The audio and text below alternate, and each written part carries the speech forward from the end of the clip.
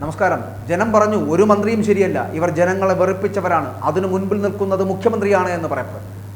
ലോക്സഭാ തെരഞ്ഞെടുപ്പ് തോൽവിയുടെ അവലോകനത്തിലാണ് ഇടതുമുന്നണിയിലെ പാർട്ടി യോഗങ്ങളിൽ ഇത്തരത്തിൽ സംസാരമുണ്ടാകുന്നത്. CPM സംസ്ഥാന സമിതിയിലെ വിമർശനം മുഖ്യമന്ത്രി പിണറായി വിജയനിലേക്കും നീണ്ടുപോയി എന്നുള്ളതാണ്. ഇതിന് പിന്നാലെ ഇപ്പോൾ CPI യോഗങ്ങളിലടക്കം സ്വന്തം മന്ത്രിമാർക്കെതിരെയുള്ള വിമർശനങ്ങൾ കടുപ്പിച്ചുകൊണ്ടിരിക്കുകയാണ്. CPIയുടെ മന്ത്രിമാർ അമ്പേ തോൽവിയാണ് എന്ന് തന്നെയാണ് CPIയുടെ എറണാകുളം ജില്ലാ കൗൺസിൽ യോഗത്തിൽ ഉയർന്ന വലിയ വിമർശനം എന്ന് പറയപ്പെടുന്നത്. ജനങ്ങളുമായിട്ട് സംവദിക്കാൻ കഴിയാത്ത, ജനങ്ങളുമായി അടുത്ത് പ്രവർത്തിക്കാൻ കഴിയാത്ത മന്ത്രിമാർ, അങ്ങനെ അടുത്ത് പ്രവർത്തിക്കേണ്ട ഭക്ഷ്യ സിവിൽ സപ്ലൈസ് റവന്യൂ വകുപ്പുകൾ വൻ പരാജയമായത് തിരിച്ചടിയായി എന്ന് തന്നെയാണ് ജില്ലാ കൗൺസിലുണ്ടായ വിമർശനം. മന്ത്രി GR അനിലിനെതിരെ ആരംഭിച്ച വിമർശനം K രാജനിലേക്കും എത്തിയെന്നുള്ളതാണ്. സ്വന്തം പാർട്ടിയുടെ മന്ത്രിമാരെ ഒരുപോലെ കടന്നാക്രമിക്കുന്ന ഒരു രീതിയാണ് ജില്ലാ കൗൺസിലുണ്ടായത്, എക്സിക്യൂട്ടീവ് യോഗങ്ങളിലൊക്കെ ഉണ്ടായത്. ഭരണം കൊണ്ട് പാർട്ടിക്കോ ജനങ്ങൾക്കോ ഒരു ഗുണവും ഉണ്ടായില്ല എന്ന് തന്നെയാണ് കൗൺസിലിൽ കടുത്ത വിമർശനം വരുന്നത്.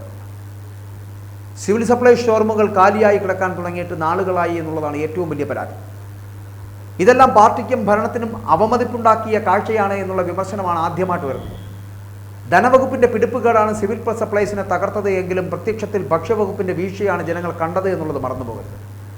ഫോർട്ട് കൊച്ചി RDO ഓഫീസിൽ കയറിയിറങ്ങി മടുത്ത ജനം എങ്ങനെ ഈ സർക്കാരിനെ പിന്തുണയ്ക്കുമെന്നുള്ള ചോദ്യമാണ് റവന്യൂ വകുപ്പിനെ പ്രതിക്കൂട്ടിൽ നിർത്തിക്കൊണ്ട് ഉണ്ടായതെന്ന് പറയുന്നത്. അതാണ് അവിടെ സംഭവിച്ചിരിക്കുന്നത്. മുഖ്യമന്ത്രി പിണറായി വിജയനെതിരെ ശക്തമായിട്ടുള്ള വിമർശനമുണ്ടായി. LDF കൺവീനറായിട്ടുള്ള BJP നേതാക്കളെ കണ്ടത് പ്രവർത്തകരിൽ വലിയ ആശയക്കുഴപ്പമുണ്ടാക്കി. ഇതൊക്കെ LDF യോഗത്തിൽ പാർട്ടി ഇക്കാര്യം ഉന്നയിക്കേണ്ടതാണ് എന്നുള്ള ആവശ്യമടക്കം CPI പറയുന്നു. CPI അഭിപ്രായമില്ലാത്ത ഒരു പാർട്ടിയായി മാറി എന്നുള്ളത് വെളിയം ഭാർഗവനും CK ചന്ദ്രപ്പനും ഇരുന്ന കസേര ഇത്ര പെട്ടെന്ന് ദുർബലമായി പോയല്ലോ എന്നുമൊക്കെ CPIക്കുള്ളിൽ കടുത്ത വിമർശനങ്ങൾ ഉയർന്നു. തെരഞ്ഞെടുപ്പ് സംബന്ധിച്ച് ജില്ലാ സെക്രട്ടറി അവതരിപ്പിച്ച റിപ്പോർട്ടിൽ CPM ഏകപക്ഷീയമായാണ് കാര്യങ്ങൾ നോക്കുന്നത് എന്നും പലയിടത്തും CPIക്ക് റോൾ നഷ്ടമായി എന്നും അങ്ങനെ ഒരു റോളില്ലായിരുന്നു എന്നും ഒക്കെ ചൂണ്ടിക്കാട്ടലുകളുണ്ട്. ന്യൂനപക്ഷ പ്രീണനം കൂടിയതോടെ പരമ്പരാഗതമായിട്ടുള്ള ഭൂരിപക്ഷ വോട്ടുകളിൽ ചോർച്ച സംഭവിച്ചു എന്നുള്ള വിമർശനം കൂടി വന്നു.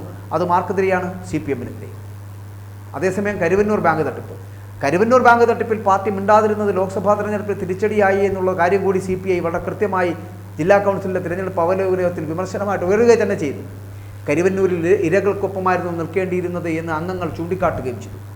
വോട്ട് ചോർച്ചയ്ക്ക് പ്രധാന കാരണമെന്ന് പറയപ്പെടുന്ന പെൻഷൻ നൽകാത്തതും സപ്ലൈകോയിൽ സാധനങ്ങളില്ലാത്തതുമാണ് എന്ന് അംഗങ്ങൾ ഓരോരുത്തരും പലപ്പോഴും ചൂണ്ടിക്കാട്ടി. ഇതൊക്കെ വലിയ വിമർശനങ്ങളുണ്ടായി എന്നുള്ളതാണ്. അതേസമയം CPM സംസ്ഥാന സമിതി യോഗത്തിലും ഭരണത്തിനെതിരെയാണ് വിമർശനം. മുഖ്യമന്ത്രിക്കും സർക്കാരിനും മന്ത്രിമാർക്കുമെതിരെ യോഗത്തിൽ രൂക്ഷ വിമർശനങ്ങൾ. ചുരുക്കത്തിൽ നിയമസഭയിൽ ഇടതു തോൽവിക്ക് കാരണമായിട്ടുള്ള കണക്ക് നിരത്തിയും അതിന് കോൺഗ്രസിനെ കുറ്റപ്പെടുത്തിയും മുഖ്യമന്ത്രി പിണറായി വിജയൻ പ്രസംഗിച്ചതും അതടക്കം പാർട്ടി തള്ളിക്കളഞ്ഞു. സംസ്ഥാനത്തെ ഭരണവിരുദ്ധ വികാരം തിരിച്ചടിയായി എന്ന് സംസ്ഥാന സമിതി യോഗത്തിൽ പ്രതിനിധികൾ ഓരോരുത്തരായി അഭിപ്രായപ്പെട്ടു. മുഖ്യമന്ത്രി പിണറായി വിജയൻ്റെ ശൈലിക്കെതിരെയും യോഗത്തിൽ രൂക്ഷമായിട്ടുള്ള വിമർശനമാണ് വരുന്നത്. കാരണം ജനങ്ങളോട് സംവദിക്കാത്തൊരു നേതാവുണ്ടോ?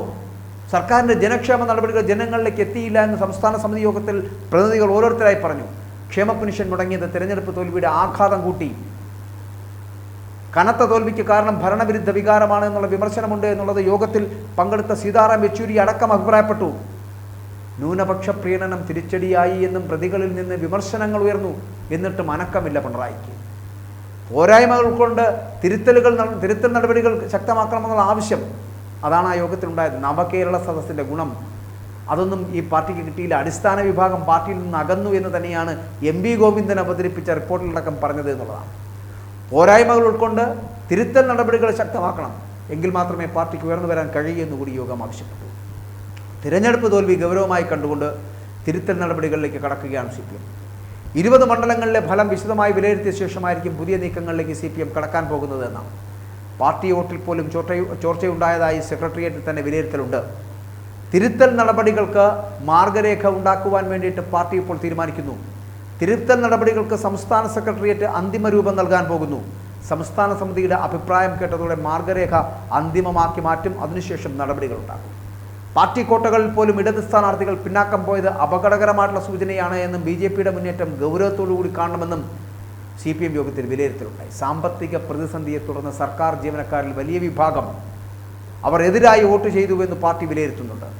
ഇക്കഴിഞ്ഞ ലോക്സഭാ തെരഞ്ഞെടുപ്പിൽ ഒരൊറ്റ സീറ്റിൽ മാത്രമാണ് CPMന് ജയിക്കാനായുള്ളൂ എന്നുള്ളതാണ്.